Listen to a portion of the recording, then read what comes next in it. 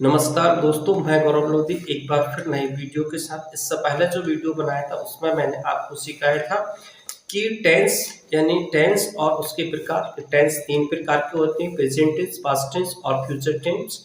वर्तमान काल, भूतकाल और भविष्यकाल। इनके बारे में हमने बताया था आपको कि इनों के भी प्रेजेंट, पास्ट और फ्यूचर की भी चार चार प्रकार होते हैं, जिनमें से पहला टेंस आता है प्रेजेंट इंडेफिनिट टेंस। तो दोस्तों, हम सभी को मालूम है, जब किसी भी बात हिंदी से इंग्लिश में हमको ट्रांसलेट करना है तो हमें सबसे पहले ये पता होना चाहिए कि ये कौन से सेंटेंस का वाक्य है। तो हम इसको कैसे पहचाने कि ये हमारा जो टेंस है वो प्रेजेंट इंडेफिनिट टेंस है। तो उसके लिए हम आपको कुछ जानकारी दे रहे हैं। वर्तमान समय में कोई भी क्रिया जो होती है वो प्रेजेंट इंडेफिनिट टेंस होता है। सब्जेक्ट है, उसकी आदतों को बताने के लिए हम जो है प्रेजेंट इंडेफिनिट टेंस का यूज करते हैं। कोई भी क्रिया जो सत्य हो, कोई भी काम या क्रिया जो सत्य हो, वो उसको भी हम प्रेजेंट इंडेफिनिट टेंस में बताते हैं। स्कूल्स में पढ़ते हैं तो हमें इस प्रकार से बताया जाता है कि किसी भी सेंटेंस के अंत में जब ताहे तीहे तेहे आता है तो वो प्रेजेंट टेंस होता है। तो ये सिंपल है। इस प्रकार से ताती वाले और भी बात देखिए, जैसे मैं बोलूं कि सूरपुर से उगता है ताया, लेकिन मैं बोलूं कि आज बारिश हो सकती है, तो ता है ती है दोनों वाक्यों में आए, जिसमें से एक आपका जो सेंटेंस है वो प्रेजेंट इंडेफिनिट का है, लेकिन दूसरा जो सेंटेंस है वो सेंटेंस किसी जो बारिश होने की संभावना को व्यक्त कर रहा है। बारिश हो सकती है, मतलब कई बार ऐसा होता है कि ताती ते होने के साथ भी प्रेजेंट इंडेफिनिट नहीं होता है।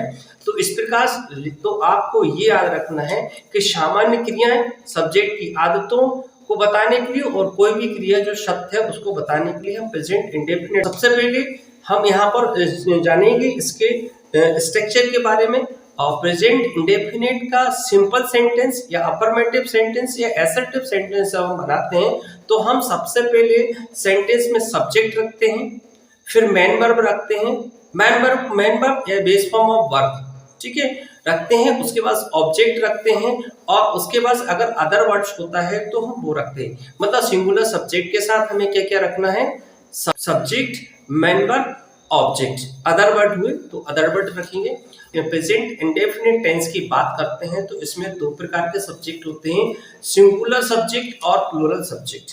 तो जब हम सिंगुलर सब्जेक्ट की बात करते हैं तो इसमें हम बात करते हैं और इसका जो स्ट्रक्चर होता है वो होता है सब्जेक्ट प्लस वर्ब। वर्ब में एस, ईएस या आईएस तीनों में से कोई एक लगता है। फिर हमारे पास वर्ब जो है उसके बाद ऑब्जेक्ट आता है, फिर अदर वर्ड्स आती है। अब ये नहीं है, इसमें वर्ब में जो मैंने आपको बताया कि एस, ईएस या आईएस लगता है, तो इनके लिए ऐसा नहीं है कि हमने जो चाहे दो तीन में से कुछ भी, तीनों के लिए अलग अलग कंडीशन है। एस किसके साथ लगता है, ईएस किसके साथ लगता है और आईईएस किसके साथ लगता है, मैं जस्ट आपको अगले वीडियो में इसको बताने वाला हूँ।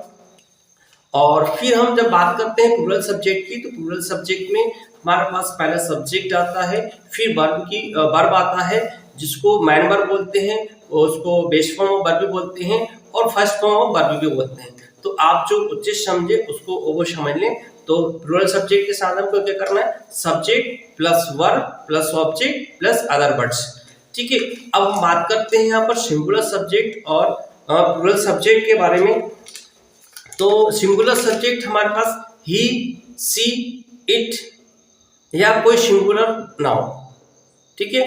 अब सिंगुलर नाउन में जो भी हुआ है वो, जैसे नाउन के बारे में आपको मालूम ही है, नहीं तो मैं नेक्स्ट वीडियो में आपको फिर बताऊंगा, क्योंकि अगर इसमें डिस्कशन करेंगे तो वीडियो बड़ा हो जाएगा। फिर हम बात करेंगे प्लूरल सब्जेक्ट की। तो प्लूरल सब्जेक्ट में आई, वी, यू, दे और एक से अधिक नाउन, प्लूरल नाउन जो होगा वो हमारे पास प्लूरल सब्जेक्ट होंगे। तो ये होगा हमारे पास प्रेजेंट इंडेफिनिट टेंस के बारे में जानकारी। तो अब जैसे कि मैंने बताया था कि प्रेजेंट इंडेफिनिट की पहचान के लिए सामान्य क्रिया, जैसे कि अब मैं बात करता हूं कि राम किताब पढ़ता है, राम किताब पढ़ता है, तो इसका ट्रांसलेट क्या हो जाता है, राम रीड्स बुक। अब ये क्या हो गई, एक क्रिया हो गई, ठीक है ना, क्या हो गई, ये एक क्रिया हो गई।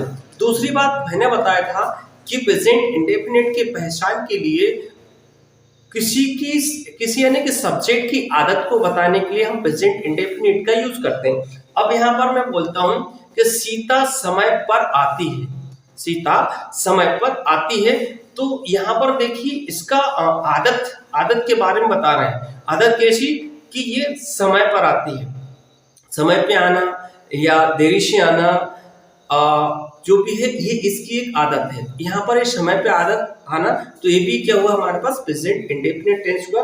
तो सीता समय पर आती है, सीता कम्स ऑन टाइम, ठीक है, ये हो गई हमारे पास आदत। अब उसने बताया था तीसरा कि प्रेजेंट इंडेफिनिट टेंस के लिए जो है कोई भी जो सत्य घटना हो उसको बताने के लिए भी हम जो क्या है प्रेजेंट इंडेफिनिट का यूज करते हैं। अब मैं यहाँ पर बोलता हूं कि सूर्य पूर्व से उदय होता है, सूर्य पूर्व से उदय होता है, तो ये क्या है, एक सत्य है, ये बदला नहीं जाता। क्यों, ऐसा नहीं है कि आज पूर्व से उग रहा है कल पश्चिम से उगा, एक नहीं। तो ऐसी जितनी भी घटनाएं जो सत्य होती हैं वो प्रेजेंट इंडेफिनिट होता है। तो सूर्य पूर्व से उगता है, the sun rises from the east, ठीक है, the sun rises from the east. इस प्रकार से आप, अब हमें उम्मीद है कि ये आपको समझ में आ गया होगा प्रेजेंट इंडेफिनिट टेंस। अब अगले वीडियो में हम सबसे पहले बात करेंगे सब्जेक्ट क्या होता है, वर्ब क्या होती है, और ऑब्जेक्ट क्या होता है, अदर वर्ड्स क्या होते हैं। इसके साथ साथ अगले वीडियो में हम आपको बताएंगे कि जैसे कि हमने प्रेजेंट इंडेफिनिट टेंस में बताया कि वर्ब के साथ एस, ईएस या आईएस लगते हैं, तो किस कंडीशन में वर्ब में एस लगता है, किस में ईएस लगता है और किस में आईईएस लगता है, इन सब के बारे में आपको जानकारी दी जाएगी। इसके साथ ही साथ सब्जेक्ट क्या होता है, वर्ब क्या होती है और इनकी पहचान क्या करें। अगर एक सेंटेंस में दो नाम है तो सब्जेक्ट कौन सा होगा और ऑब्जेक्ट कौन सा होगा, इन सब के बारे में जानकारी आपको दी जाएगी। और उम्मीद है ये वीडियो आपको पसंद आया होगा, तो इसको लाइक, शेयर और सब्सक्राइब जरूर कीजिए। जय हिंद।